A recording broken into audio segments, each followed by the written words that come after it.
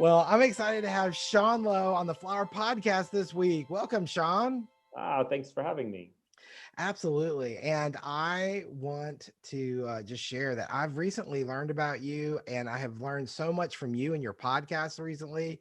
And you've just impacted so many different people in our industry. And I'm excited to hear what your business is, what you do. And before we get into all that, I want to learn, how did you get related into the flower business, the flower industry? Well, by a lark, I wish that I could say it was something I wanted to do my whole life, and but I truly don't have an artistic, creative bone in my body, as my family would be the first to tell you. Oh, really? So yeah, my my talents lie elsewhere. Out of I can't draw, I can't sing, I can't act, but I can think about business creatively, and so that's my thing. So that's how I found out into this stuff. But I your typical type A. I was a lawyer once back way back when, and I then went on to be a banker, and then I had this idea of delivering dinners to people who work late, and I started that business. And we got affected. That was back in the late '90s. We got affected by 9/11, and I tried to save the business. So I knew someone who knew Preston and thought of like maybe he could give me some catering work, which he can't because he's a floral designer, not a caterer. Didn't know that then. Preston And Bailey? Preston Bailey. Okay. And so I was trying to persuade Preston to, and he actually came down with Marcy Blum, and they came down to my kitchen, and Marcy told Preston, who because Marcy has a lot of food experience, and she said, "That's a great guy and a really smart guy, except his business is about to go broke, but he could really use you, right?" Oh, So wow. at the time, Preston was deep in debt, and me being me, thought he needed to raise money to try to get out of debt, and I thought that I could help him raise money. So of course I jumped at it, but we figured out that one, I couldn't help him raise money because he was very much in debt to people who don't want to give you money to get out of it. Like he owed the government money, he owed his landlord money, and so Oh, why do I want wow. to give you money for that? And so I couldn't help him raise money, but I figured out how to help him run his business. And so it started. I started working with Preston in late 2003, and I ran his business for 6.5 years, and fell in love with creative business and how it works. And I wish that I could say I had a vision of how it was going to work out.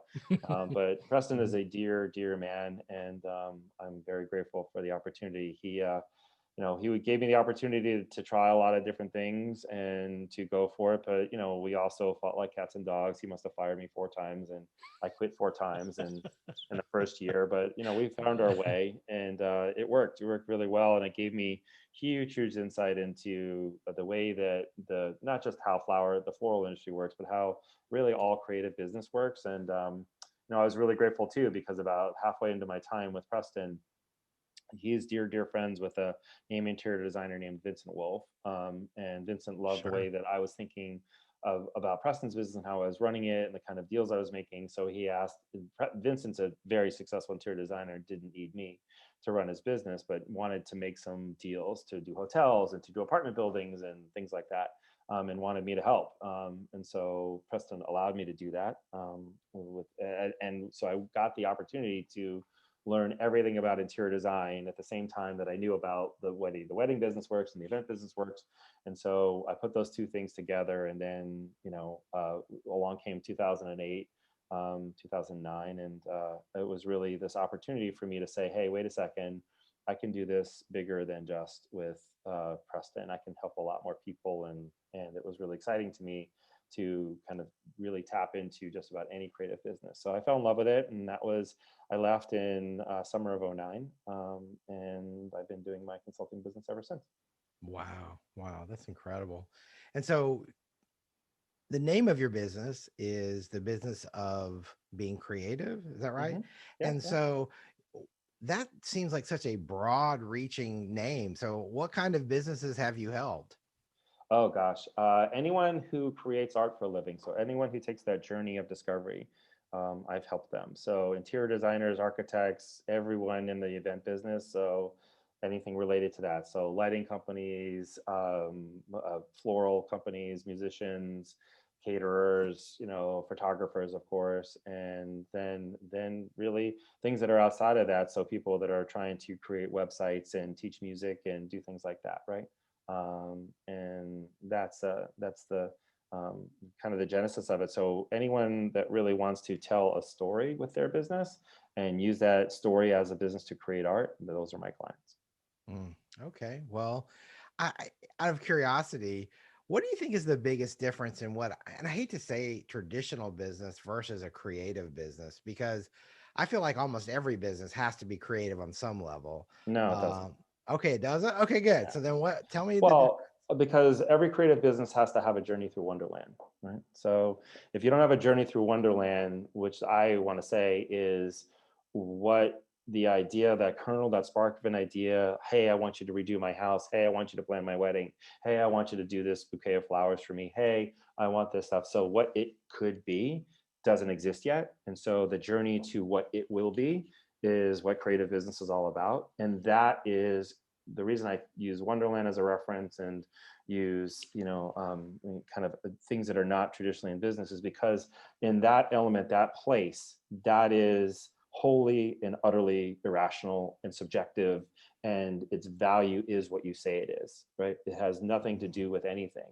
So what it takes for you to take that kernel of a notion of what the idea should be to what it will be, and then of course to manifest it after that, that is its own element, and that makes creative business unique, right? So it's one thing to sell and be great at merchandising a product, and art, once it's created, is a product, right? So Right. selling a painting on the wall is just the same thing as selling toothpaste, right? It's just a product, and the way that you market it and talk about it and do that, there's a beauty to it, there is, right? But that's not creative business.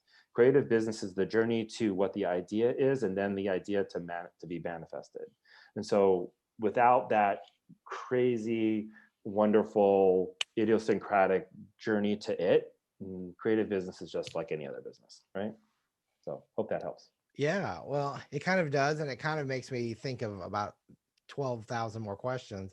I feel like when when a business well, I guess my question would be, that must be why sometimes it's so difficult for some people to arrive at a value or at a price Hmm. or whatever the mark, because there's not this standard at this point. You created something unusual, you're or unique, Right.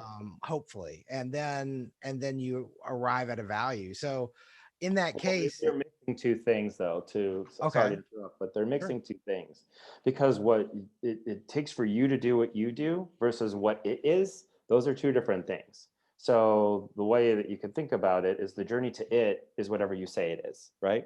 Whatever I need to get out of bed to create for you is what I need, right? And that's different for everybody, right? That's different from what it takes to manifest that, which is just a function of, if you're doing a sculpture, how much clay do you need and how much time and people do you need to do it, right? And how much right, do you get paid on top of that, right? That's a known rational thing. That's not Wonderland, right? That is, we want to make this come to life, and then it takes a certain amount of time, materials, and labor to make that happen, right? That's different, right?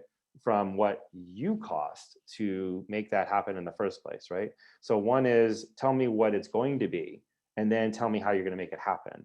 There are actually two sides of your brain. The creative part is based on what's necessary for you to manifest that creation, right? Within the journey through whatever that element is and the way that you would do it. So for me, that starts with what I like to say pricing from the top down, which is I've been talking about for a really long time, which is that's the artist understanding what they need, right? So everyone has a different number in the way they like to live their life, right? You live in Florida, I live in California. I want to save for a house. You don't want to save for a house. I mean, whatever it is, I'm making it up, yeah, right? And I want to take a vacation. You don't want to take a vacation. I like a wardrobe, don't like a wardrobe, right? All of that stuff is that makes us alive, right? We want to spend our money the way that makes us happy. And if we had enough of that money, we would be able to live the life we want to live. Well, then that's one part of it. And the second part of it is, how hard do we want to work in order to get that, right? How much do we want to flex that creative muscle to get that? Well, a big component of that is, how much do I want to create? And that's also idiosyncratic. When I ran Preston's business, he would have been happy doing 4 events a year, right? Totally happy, right? I know other players in the floral industry, they have to be working every week or else they don't feel alive, right? They don't feel like they're really Right. touching and going through things and they have to be doing it. It's not a matter that they have to for their business as much as it is that they want to flex that muscle. So for them, they're just going to, one's going to divide by 50 and one's going to divide by 5, right? So, but the number doesn't change, right? The number is you need what you need, right? And I think because so many creative businesses don't honor that, they're trying to kind of shoehorn their way into the real world. It's trying to like make Wonderland rational, and it doesn't work, right? Because it's Mhm. not meant to be, yeah. And so that's where I go with it. Hopefully that helps. Yeah, and I feel like that is part of it, where it's that whole idea of making it rational when it isn't. Right, And I think that it's that's a concept that's really foreign to a lot of people, right. because when you are sitting with a client and they're saying they're not getting it, they're not getting your vision, or they're not understanding the value you have attached to that vision or your work or your Mhm. creative process. Then at some point, there's this crossroads that happens, and it's how do you juggle that? How do you level up your business? And then I feel like, a lot of times that's one of the biggest struggles that a lot of people have, is that confidence or imposter syndrome, or Yeah. just the fact that they know what their competition might be doing, and they feel like they are bringing more to it. And then how do they navigate the pricing and all of that in relation to I guess just being confident about it? Maybe that's the best way to think of it. Yeah, and I approach it a little differently. I really Sure. do. I did imposter syndrome is real. I definitely read all the books and have it. I appreciate about personal confidence and I get it. It's just that I think that the models that most people operate under, they can do nothing but be this fuel for lack of confidence. Meaning that if I have to look in the mirror and say, well, I'm worth 500 today, I'm just worth it. I really am worth it. I don't know how you get there, because if it's not rational, then you're trying to put a number to yourself that then you're going to go out to the world and say you're valuable for, which is really hard, right? Because then I have to like basically make it up and then stick to what I just made up. And then when I get attacked, because how I ever backed into that number, well, I'm worth 500, so therefore it's going to be 5 hours, so I'm worth $100 an hour, don't you know? I think that's really, really hard, because says who? As opposed to, I have a life I want to live. I know what makes me happy. I know that if I added it all up, I need $100, right? And I really only want to do work for 10 people, 20 people, 5 people. And so that feels to me, the reason I price from the top down, it just feels better. It just feels like I can defend that for myself, because that's me, right? Not I'm trying to like look outside in the world and, well, my competition gets $100 or I get, maybe I can get 110. And I'm like in this extraneous third party world. It just seems like that's a great way to be like, why? You're just literally trying to find your place in a sea of sameness, if you will, because you're all great florists, you're all out there trying to do great work, and you're like, okay, I belong. If I'm taking my finger, I'm like trying to put it, I belong there. Like, okay, says who? So, and of course your clients are going to be like, no, you don't. And so now this whole idea of I made it up in the first place comes back upon you, and you don't have this confidence to come back and say, because you didn't make it up in a place of foundation, right? And so you're just like, well, I do think I'm kind of worth like what she is. And they say, well, here's why you're not. And now all of a sudden, this whole feeling of Right. lack of confidence falls down, as opposed to, I think I have something to share, and this is what I need to share it. And I have to go from that place. Now, can you get knocked off that? Can somebody say that's not worth it? Yeah. But I do believe in the world today that if you're convicted of doing that and you're working your proverbial tail off to prove to yourself that I'm really getting better and better and better as an artist, then you will find people that want to take that trip through Wonderland with you, right? And it really is Wonderland. It is upside down and crazy and not really connected all at once, so that you can know that that tour through what is irrational is the joy, right? It's the idea of like, well, we didn't know, so you're telling us, and now I got paid to do that. You feel happy because they're 105 and you got to take this tour with them, and now they feel happy because they saw something they never would have seen without you. So it feels like that matches a whole lot more than trying to say, well, my competition gets $100 an hour, so I guess I could get 90. And then it's just, that seems like a recipe for disaster, just me. So Well, I mean, I can see that. I can see where not just that, but it it undermines the process. It creates a circle that never gets broken Right. almost.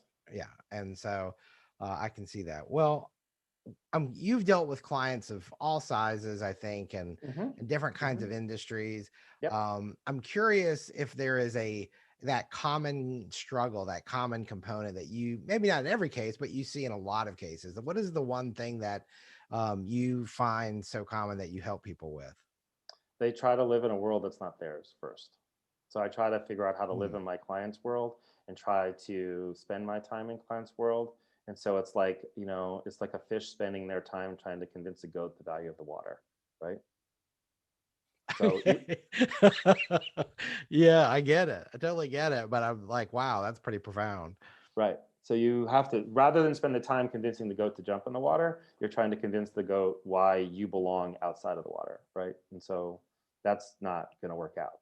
And that becomes a recipe for disaster because you are constantly trying to evaluate your world and their world and the rational world and the understood world, and yet you don't live there, right? And it doesn't matter what kind of creative business you do, you don't live there. The way you think about cake, the way you think about music, the way you think about flowers is not the way they do, right? And so you think about it in a way, quite frankly, to not be woo about it all, but you think about it in a spiritual way. You think about how it moves you. You think about how if I did the florals this way, right, it will move you, right? It will make you think of something other. They don't think about it that way. They think about I need flowers for my wedding, right? And only when they become, they might have a clue that they want something more than just flowers for their wedding, but they don't really know. And they don't really know until you show them kind of the beauty of Wonderland, right? And so then they jump in with you deeper, and that investment I see more creative businesses go and invest in trying to live in a world that's not theirs than I say to live unapologetically in the beauty of what they do, right? And and live there with the idea of creating this amazing container for creation. Yeah. Mm. How do you help people do that? How do you see past? I mean, that makes sense what you described, but how do you get people that are in one mindset to there's not just a switch they flip, or is there? Is there just a Yeah, switch it they is flip? understanding that nobody needs what you do. Nobody, not one person. Not one Sure. person needs a beautiful set of beautiful floral arrangement. Not one person, right? Life would go on without you. We do need toothpaste. I mean, technically, they really don't, but we do need toothpaste because it makes our life better, right? It's the essentials, it's the necessities of things, right? And so that's a different thing. When you're talking about something that is profoundly about want, then the question is why do you exist? Right. So if you're trying to convince yourself that you're in need when you're not, you're never going to be successful. So getting somebody to make a change is to acknowledge first that you're a want, right? And then within that want, well, what do they want? They want to be transformed. And so in that moment of, okay, now we are set that clients want to be transformed. They want to think about, which is a very simple way of saying, I want to be able to think about the world differently after you've done your work. So after I see the beauty of the florals you do, I now see the world differently because of the beauty that you just created for me, right? And so when you have that responsibility, then the question is how do I get there, right? So then the change happens, which is, wait a second, I need to get an opportunity to define what my value is when I want to deliver that value, right? And so that's how the change happens. And so, for instance, I can tell you mostly, most every creative businesses, especially visual businesses like florals and interior designers and stuff like that, I have gone through this exercise so many times where I don't change the price, but I change when the price happens. So for instance, if you're going to charge $1,000, but you get, let's call it 20% upfront and 80% upon delivery, what that really means is that what you care about is the product, much less than the design. And so I said, okay, flip it. So charge $800 for design and $200 for the product. Can you do that? And they're like, you're out of your mind. You're crazy. That's insane. I don't understand. That doesn't make any sense to me. It doesn't do anything. I'm like, okay, first of all, the cost of your product and your labor is 200, right? So don't tell me you can't do that. And I said, what happens if you put all the money over here? And they go crazy and they say, I can't possibly do that. My clients would never pay for it. I'm like, but they're paying for it now. It's the same $1,000, right? It's just when you get it, right? So now we've gone to this place of like, so you have to, what I do, and hopefully clients pay attention to, is that, wait a second, if I'm really a want and I have to deliver value where I care about value, which is in the creation, right? In that way of saying, okay, I can be created and I'm comfortable making the $1,000. The question is like, when I make the $1,000, that's my truth, not theirs, meaning the client. So the client has to buy into my truth, which is the real value is not $200 for design and $800 for production, but it's $800 for design and $200 for production. And when you're going crazy to me and telling me a client won't pay that, you're telling me that you have to lie to a client in order for them to pay the $1,000. And so now we're in this place of like, you have to hold that truth, right? And if you want to go there and stay there, fine, right? But ultimately, if what happens is that you say, yes, I deserve to be paid at the time that I deliver value, because that's what's going to make for me a better business, then people start to make that move, right? And they start to understand, oh, I have to go get paid for the creation of things because I am the one that has to value it. I'm the one, if I'm not willing to say what it's worth, then how is a client supposed to know, right? So I'm going to start to define things. And then when I start to match the value that I'm delivering, when I'm delivering it, as opposed to lying and trying to say, how do I get $800 for product that really should only cost 300, right? Because I'm trying to bury the design value within that number. And clients today are like, yeah, not so much. Then you find yourself in a place of like, yeah, wait a second, I'm aligning value. And that's a better play for me because I feel better about what I'm delivering when I'm delivering it, right? And I feel more in control of the process, even if I didn't change the number, by the way, because it's still $1,000. Yeah. Wow. And I feel like there's a trend towards I've heard several different individuals that have changed sort of their business model and how they mark up flowers or don't mark up flowers and then charge for a design fee instead, like you just described. And I Mm-hmm. feel like in a way, if you can mentally make that switch, it's very liberating in one way, in one Very much sense. so. Yeah. And I think that it uh is an interesting dynamic. How do you, if you're sitting down with a client and again they've gone to three other, you and two other people, so they've gone to three people, and two of those people have that traditional sort of, as you just called it, like the lie syndrome, where they're really charging for, charging it in the traditional sense. And then you're approaching it a totally different paradigm, really, Mm-hmm. and how you approach that. Um, I, I'm curious if people, if them from the client side, if they're pushing back, if they say, well, I don't understand how you got this number. And of Mm-hmm. course, then you're in that position of defending it, which I feel like that's right there, you've lost if from that Exactly right. point. Yeah. I'm curious, mindset wise, how does someone make that transition, and how do they unpack that example? Conviction, resilience, passion, and authority, and loyalty to yourself. Okay, you might want to say that a little slower. I figured I'd throw it all out there fast and then I'll break it all down. Okay, there you go. No, it's the idea that if you are a passionate storyteller, if you're really seeing yourself as a guide and you're really appreciating that other people can truly do something different, right? And that's their way, but you've worked really hard to align the way you do your business with the kind of work that you like to do.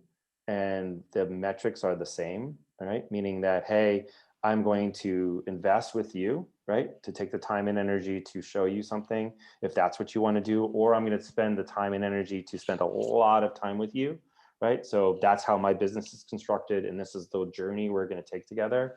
And I am very convicted in the journey as an artist that aligns with my journey as a business. And I know that that's my story. Then I become compelling in how I receive that story, even if it feels very similar, right? And what I like to, the analogy I like to say is, how many remakes of Romeo and Juliet have you ever seen on screen, right? And True. I bet you can choose, to me, the two of them that you love and two of them that you hate, right? Same play, same movie, same everything, same plot, all the way goes through, but it's because it's up to the storyteller. It's up to the storyteller to make you want to invest in that story and go with it, and to acknowledge that other storytellers are going to tell it their other way. And if they don't tell a story that resonates with the way that their business runs and the way that their art is created, it's going to fall flat. And they're going to be left with those that would judge you, because it doesn't make the sense of being defendable for why you would need this, right? Why you would need to fulfill this outrageous promise and by asking for this outrageous demand, right? And to ground that, it talked about it a lot. When I ran Preston's business, his design fees alone were hundreds of thousands of dollars, right? Hundreds of thousands of dollars for people to see what was in creation. And he made the decision early on to have a modest investment, 20 or $30,000 against hundreds of thousands. So he's making a big investment so that he would have the opportunity to show what his vision was and to get a sign off on that vision. That's really important, right? Because that was important for his journey, for the client to be able to say, okay, how well did you listen to me, Preston? How well did you take it in? So now I can see what you see and I give you permission to go forward, right? That's different from somebody who wants to just basically go, to the flower market with a client, spend time, building out each one individually, and not get that big presentation, because that's not the way they want to do it, right? They love going to the farm. They love going with clients to discover how, and that's a big part of florals today, right? Which is, how do I create this within myself, right? So. So so I guess just to be clear, I feel like I'm hearing this, but I want to make sure. So, like in Preston's situation, if he's trying to tell this story, if he's trying to share his vision in the form of this story, he invested a tremendous amount of capital into telling that story, probably because of the caliber of the client. I mean, that's Right, probably that has a huge weight into it. right, But that's how I did it, because I hear this all the time about people who do mock-ups or do different things to right. help, execute a vision for their story for that particular Of wedding or course, event. And but the they don't get scale, paid for it. But they don't get right, paid for it. And right. that's what's always really challenging for me in the floral industry, is because you're relying on the good faith and trust and of telling a really bad business story. So for instance, you give a great point. More and more people today are drawing and they're doing mock-ups and they're trying to really explain what they want to do, and they're not charging for it. And so they think like, okay, that's going to get me more for myself. And the intention is that if I really show you what I'm doing, but I'm not charging for it, then, or if I charge a very modest amount, let's call it 300, hundreds of dollars, not thousands, right? Then that's going to be great. And so they think that they're creating trust in that way, but they haven't thought that through. Because if you do this really amazing ornate presentation, and when we could get together, you got together, you saw this beautiful, thing in person, you saw renderings, you knew that time and energy was put into this presentation, well, it has to get paid for, right? So the question is, where's it getting paid for? And so if you only charge me, let's call it $500, and you see this beautiful setup and this really ornate thing, and you're like, how could this be for only $500? Then you know that it's going to be put in the price of the flowers, right? Well, then how much of the price of the flowers goes to creativity, and how much goes for the actual cost of making those flowers at the day, right? What is it? How do I know? So the point that you've just then told your client is like, you have to decide that now, because I'm not going to tell you. I'm not going to tell you that the cost of creation, what it would take for me to show you what it will be. I'm only telling you that it's a little teaser of $500, which we both know isn't true. So now you have to go and do the work. You, client, have to do the work about assigning value to the $500 I'm charging you for the centerpiece, to say how much of that goes to creation and how much of that is just a reasonable return on the production. And you're asking the client to do that for you. And today, what they know, that's all well and good when they can't figure out the cost of production, when I don't know what the price of flowers are, when I don't know what the cost of labor is, and I don't know what is comparable to that. Except today, it's go on your phone and find that out. So now, all of a sudden, I know all these different price points, and now I'm trying to guess at why this value is. And now I'm trying to tell, maybe I have to tell the client, well, $100 for that 500 goes for my creation. And it's like, really? Well, okay, how do I know that? Right? So now we're at this place Right. where I'm trying to do this amazing mock-up, as you will, to build trust.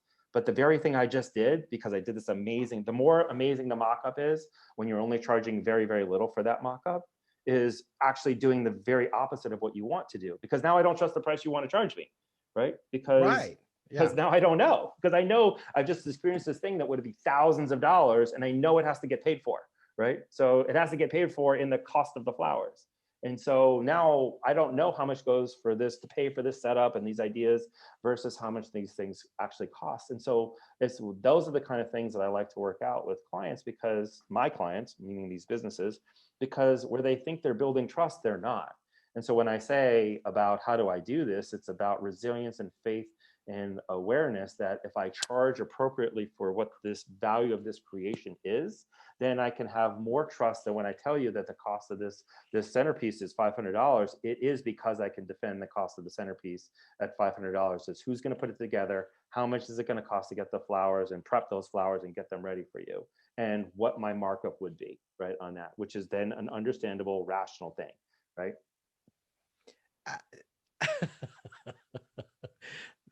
This is so counter um uh this is so different than what most people experience and do.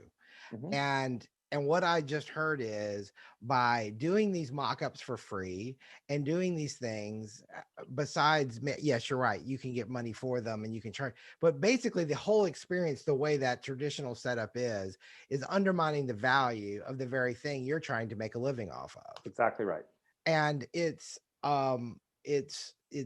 such a powerful shift to then go. So I'm, from what I'm hearing, are you suggesting that, this is a little rhetorical, but it's not, that people should really charge a design fee for Yes. that whole mock-up experience? Yes.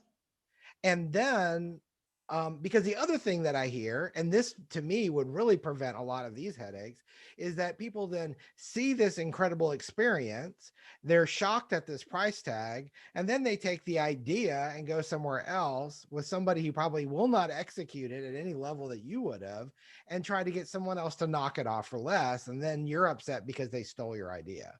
And maybe it doesn't matter, but at the same time, if you charged for the design fee up front, like when you're doing that initial consultation, then fine, let them go. I mean, you don't want that, obviously, but No, you then don't they want that. But value it. the point of that is, if they value if you've placed a value, the point of it is, and it's a look. I mean, it's not to be woo about things, but a little bit there. If you value the beauty of creation and the power of creation enough to charge for it, and to say this is really worth something, right? As a percentage of what I do. So remember, it's that idea of, I used to charge 200 for this and 800 for that. Now I'm charging 800 because that's the real value, and I'm not apologizing for it, because I believe in it that much. I believe when you have that alignment of value, then it's rewarded. And so then the idea that they would want somebody else to finish that painting falls away, right? So if you're not valuing the idea, you're effectively encouraging somebody else to take it and say, all you're saying is that your production is what matters. And then they don't believe you, right? So they are going to say, hey, that idea is cheap because you didn't charge me for anything for it. So I'm going to take that idea because you didn't make me pay for it. And I'm going to go give it to somebody else, right? Because I don't believe you when you say your production is that much superior to somebody else, because quite honestly, it's not, right? And you can't prove that to me, because there are amazing artisans out there, tremendous craftspeople that can execute pretty much anything. We all know this. So it's not the execution that is truly important. It's vital. You have to do it at the level you need to do it, but it's also not singular, right? The idea of what it is that's only you can come up with it. Only you can really sit with a client and appreciate who they are and what they are, and give them this idea that they can then take and for themselves and have you execute for them. If you're not valuing the idea, it's worth what you charge for it, right? So they'll take it. Ideas So, are cheap. Ideas are cheap unless you are going to value them yourself, right? so what's the best way of doing that? I mean, maybe that's just a hard question, because everyone's going to be different with their overheads, with their dreams, with their aspirations. But where do people begin with that process? What does it take for you to get out of bed? What do you think it's worth?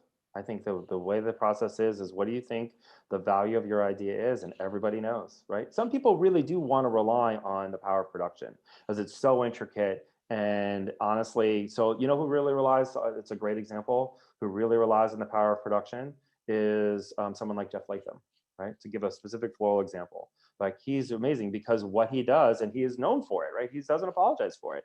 He'll tell you, here's the basics of what I'm going to do. And he'll show up with maybe 20, 30% more flowers than he needs. Why? Because you pay him to perform in the moment, right? You pay him to riff in the moment and do things that are really unique and special because he is like a performer in that way. And you want him to be in the moment. And so he's not going to be like Preston, who's going to lay it all out for you, right? Where this is what we're going to do. And what I show you here is what's actually going to come to life there, right? That's not Jeff Latham, right? So Jeff can't have the same business model as Preston because he's there to show up. He would be the exception to the rule, which is, hey, and in fact, what Jeff might say is like, look, you need to give me $500 for materials. You need to pay me $10,000 up front, and I'll show up when you need me to, right? Because that's what you pay me for, right? And maybe I'll give you a little hint about what I'm going to do, but you're paying for Jeff to do what Jeff does, right? Which is to show up and do great. And that's different, right, from somebody who wants to show the idea. So what I'm trying to say here is that the way to get to design, the way to get to what it's going to be, is idiosyncratic to what you're about. So what it means is, what is the value of your idea, and when do you need to deliver that idea? And so for Jeff, it's when I show up, right? And for Preston, it's 6 to 9 months before the wedding, right? Or the event, or whatever else you might be doing, right? So it's really making sure that you put a number to yourself as a percentage that matters to you, and then just go for it. Call it whatever you want to call it. Call it a design fee, call it an engagement fee, call it, save the date fee. I don't really care, right? Just make sure that you're getting acknowledged for what that deliverable is, which is, it's the journey through Wonderland. And then this is how we do that, right? And within that, if I did my work really well, we'll move on. And if we don't, I won't, right? Kind of thing. In light of that, let me ask this question. I feel like it's connected, but maybe not. But how how do you approach things like deposits? Because to me, that's another one of those areas when people are paying for your services, and the timing of that can also reflect value in some degree. Well, there's a difference between what you cost and what it costs. So I actually don't believe in deposits, because deposits connote something that's due, that will be returned if it's not delivered. So for instance, if I charge the 800 on the 1,000, right? And let's say I took 100, that's what my get out of bed fee is. So you're never getting that back. That's an engagement fee. That's not a deposit. The deposit is, you can call it non-refundable, you can call it whatever you want to call it, all of that stuff. That's actually still a deposit, right? You are using it as a indicator of future value.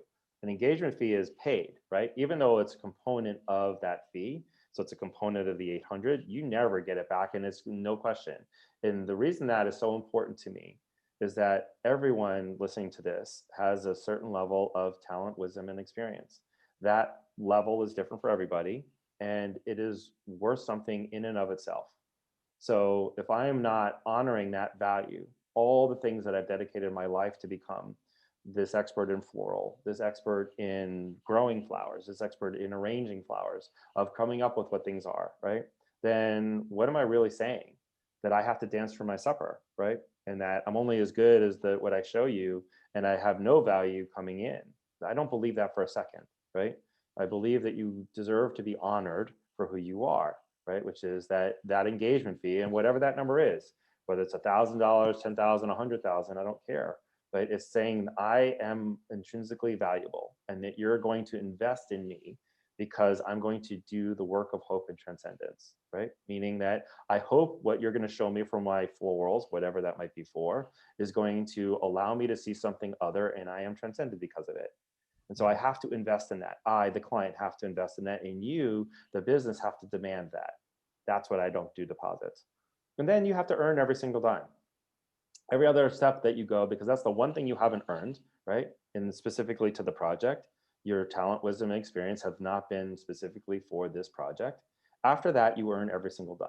And that means if I show you an idea that you enjoy it, you say yes to it, and you give me money and or a decision.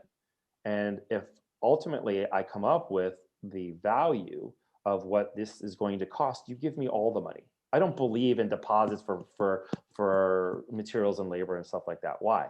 Because you don't trust somebody. In pre-internet days, I really did understand that, right? So somebody could take that cost, material labor fee, and run away with it. But today, internet land, especially post pandemic, is like everybody's got a megaphone.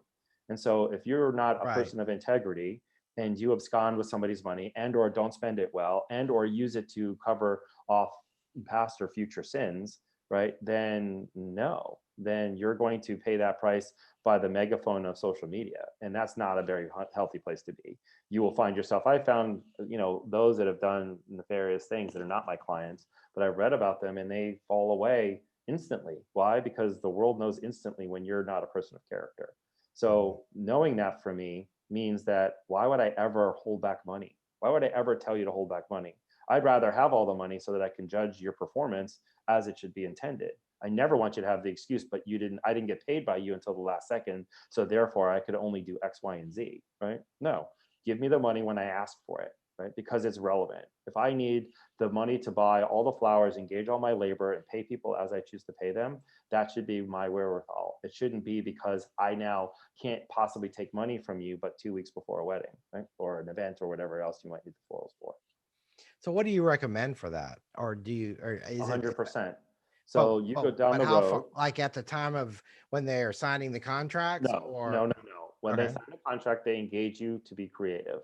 Hmm. When you finish your creative and you've established what it actually costs, and by the way, for florals, if I could weed out one thing, and I've been on this for a really long time, I don't believe in line item pricing. I just don't. You If don't you're need to say doing that things, again.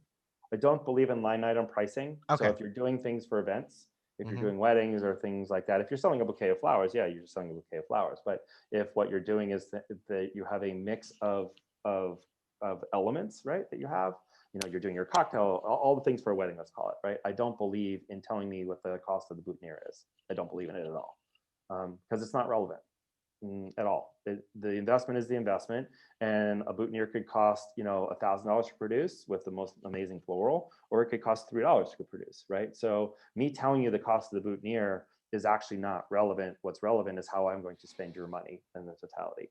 So that doesn't mean I don't have to line on them everything that they're getting because I'm buying this from you, but I don't need to know what everything costs, right, individually. So what that means for me is when I establish that, hey, we're going to spend $5,000 in floral on your wedding. Great. That covers the cost of materials, labor, and for prep labor, and also for on-site labor for $5,000. That's what Right. it is. And if you need me to tell you your margin, great. So when I then show you what I'm going to do for that 5,000, and you say yes, you've paid me for my creation, then what it is what it is. I deserve the $5,000 right then. So for some people, that's, they like to show it a couple, 3 months before the wedding. Some people like to show it 6 months before the wedding. But the second you show what it is and you have approval, you get it. Someone like Jeff Latham should get it 100% up front, right? Literally write him a check for the entire thing and he will be good with it, right? Because he'll say that in order to do this wedding for you, maybe there's a little gap because he doesn't quite understand the totality of the event. Maybe the planner and the client haven't explained it to him, so he just doesn't know what he has to show up with. But very quickly he can know, and he should get all the money. Yeah. I feel like there's a lot of businesses out there that are trying to figure out how do they get to that next level? How do they level up? They've been in this one mode and okay, yes, we've all had a pandemic we're dealing with and we're trying to figure out, but still the fundamentals are the fundamentals. Yeah. And you just think how does someone get from um I spoke with someone the other day and they said that their minimums on their weddings were like $5,000 and they didn't feel like their area that they could get a higher budget. And I'm thinking to myself, to me, $5,000 is maybe a great budget for you, but I'm thinking there's so many businesses that have such immensely higher minimums. Yeah. How does someone kind of transition from where they're at to level up? What is something they can do? Because we've talked about a lot of things that could impact that process, but I'm just curious what your initial thoughts are. Well, I think it's understanding a lot, right? So it's understanding that if you're going to try to level up to who you're trying to level up to. So Oh yeah, look, sure. most of the people in the industry, they're not doing hundreds of events, right? They're just not, right? So if they did 50, 60, they did a lot, right? That's a good, Sure. healthy business, yeah? And so the real question is which 50 people do you want to serve and why, right? And why should they care? And I don't think everyone ever starts there. What they say is, well, I'd love to get a $10,000 wedding. Well, okay, what does that mean? What does that bride look like if we're talking about a wedding? Or what does that corporation look like that would want to care about what you would do in order to get that business? And I think we fall in love with the idea of overall spend, and we don't really pay attention to who you meant to serve, right? What is it for? And why would they want to pay you more to do what you do relative Mhm. to somebody else because of what they do, right? And so you're asking yourself about what it is that they should care about, and it has to start with what you care about, right? So if you really care about making certain statements and why those statements are so important to you, you have to be willing to sell them. And you have to be willing to own whatever it is for you that is not just a means to an end, because nobody's going to be improving because of a means to an end. Again, go back to the need and want thing, right? Which is that you really have to know who you're meant to serve and why they should care and why they should invest in that with you, right? And if that means, hey, for instance, we really care about, the farm to table, right? The from that, that's how we love it, right?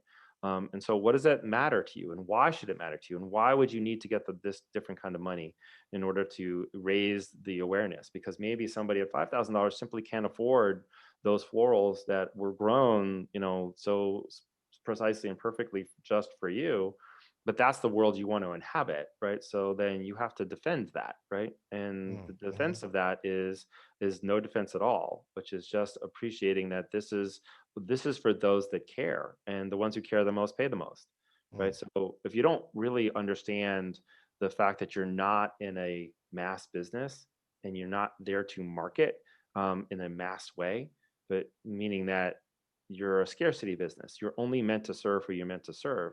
And so that means that your price in January should be your price in June, right? And most floral businesses aren't operating that way. And so what it takes away from the idea that value is value delivered, right? Which means that it's about, look, if I'm going to source amazing, florals for you in January, which will be fundamentally different from where I would be able to source and come up with amazing florals for you in June, the cost of what that creation is what it is, right? Then the cost to execute that creation is what it is. And if you don't have an identity for what that is, and you're just trying to say, hey, how do I get to a minimum of 10,000? Why should anybody care? Right. So if I don't know what you stand for in a really deep way, and what you stand for is what you're willing to get paid for. Because if you're not willing to get paid for it, you don't stand for it. Right. Yeah. And it kind of goes back to what you were even saying earlier, that when you separate the design fee and you approach it, the design fee is going to be the same almost no Every matter single what, time. every single Exactly right. time, because If that's you're doing the same event, it will be the same every single time. Right. sure, sure. But that is a major shift that I Yeah. think a lot of times if you can get there, if you can make Mhm. that jump, then you in a way that feels, I know I think I said this a minute ago, but it feels so liberating in a It way, is. because then you don't have to like haggle or hassle over, do the mental gymnastics to get there with each client, because you already know why you're signing and doing what you're doing. and Yes. then and then it's just what flowers, what palette are we executing this with, Mhm. depending on the time of year or palette or taste. So uh Yeah, and different clients and different florists care about different things, right? And so, like, I adore Preston clearly, but I can open up one of Preston's books, and on the full bleed page, I can show you flowers that are dead, right? So, but when you look at the room, because I can zoom into that place, but when you look at the room, you're like, oh my God, how did he come up with that, right? right. So, what do you care about? Some people would be horrified that here he has a dead flower in the middle of his book, and I can show it to you. But the idea of this, but when you look at the whole room, you're like, wow, I totally get that. I totally get what that is and how much it took to get that done. And in no way was he being unprofessional by having a flower that was on the edge of being dead, right? Because when you see what he created, it's over the top, right? Yeah, And so totally, you have to evaluate. My point is, but if you had a client or you had built your business about the precision and beauty of flowers, he didn't fulfill his promise. So it can't just be about money, right? Because that would fall down.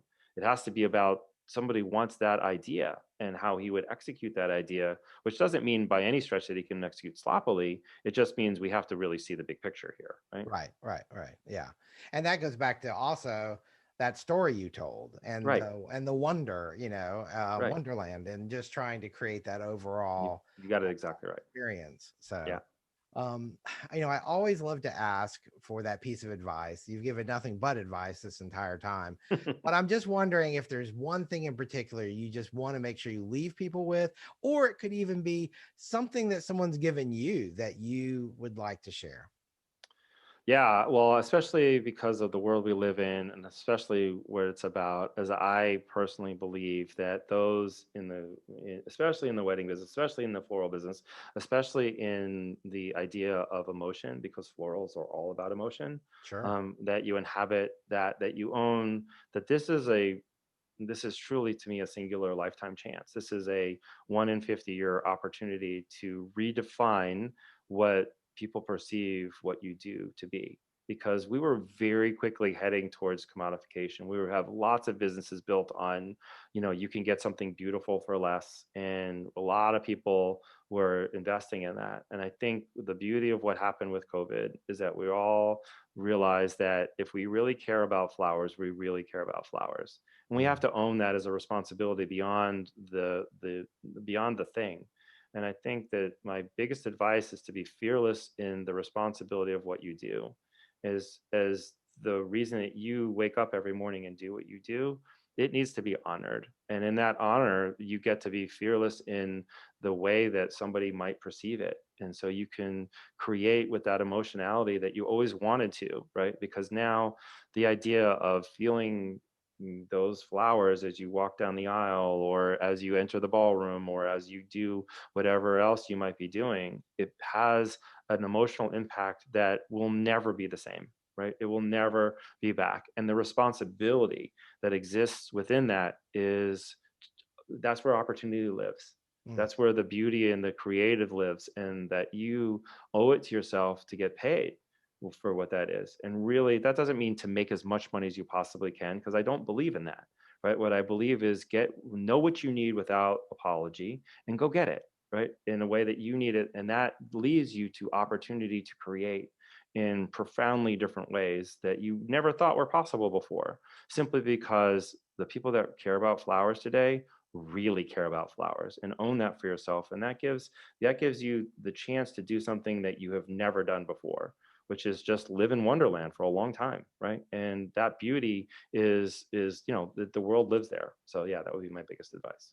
Yeah, and I feel like you're one thing I just think about when you said that, it just made me think the opportunity is only magnified because everyone has been so isolated. Everyone's craving Yeah, connection, and flowers are that thing that can help weave that emotion and connection and families, and from the celebrations of weddings or different kinds of events. And um yeah, we need yeah, to raise our story game. We need to tell yeah. better And stories. exactly right. And I want to kind of give this example too, is that, I have met so many amazingly talented, creative florists that understand the beauty of floral. And so if I ask them, in 5 years, how much of a better florist would you be? How much better would you be at what you do? And would you be 5 times better, 10 times better? And most of them would say, no, I really know my florals. I might be, 20% better, but I'm amazing. I love what I do. I've studied it for so long and I get it and I appreciate it. And, I might be 20% or 30% better. And I was like, yeah, you're right. Because you're already really incredible. You're amazing at what you do. You're fantastic. So how about this? But if I told you that the client experience of working with you as you go down the road of creating, and all the things that are available to you as you go down this road of showing them what you're going to do for them, how much better can that be?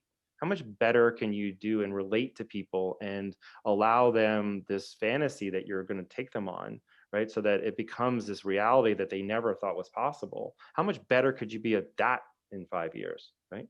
How much better, think about what you can do with technology today, in computers and renderings and things like that, or the ability to show mock-ups in profound ways and do these things that are just really crazy and fun and just so enjoyable for so many people. Could you be 5 times better at that? And when I ask florists and all sorts of creative businesses, they're like, yeah, that's easy, right? Because, oh my God, we're going to get to do this, we're going to do that, we're going to do this. I'm like, okay, there you have it. So the experience, the artistry towards art is everything. It's huge opportunity that you could be 5 times better. And if you're 5 times better at the experience and the artistry of it all, guess what? You can get paid for it. Mm, absolutely. And sometimes that even made me think, if you have already arrived at such a high level, especially when you look at maybe other people around you, then why aren't you charging what you should be charging in 5 years from now? I mean, why wait 5 years to charge that? Right, right. Create a better experience and you will, right? Yeah, That's the whole point. Yeah. yeah, absolutely. Well, Sean, thank you so much for being on You're the Flower welcome. Podcast. This has been such a pleasure. I've learned so much. I know I have a lot to think about too. So That's that's great. all I'm great. so happy. I'm so Yeah. happy. Thank you so very much for having me. I'm really grateful.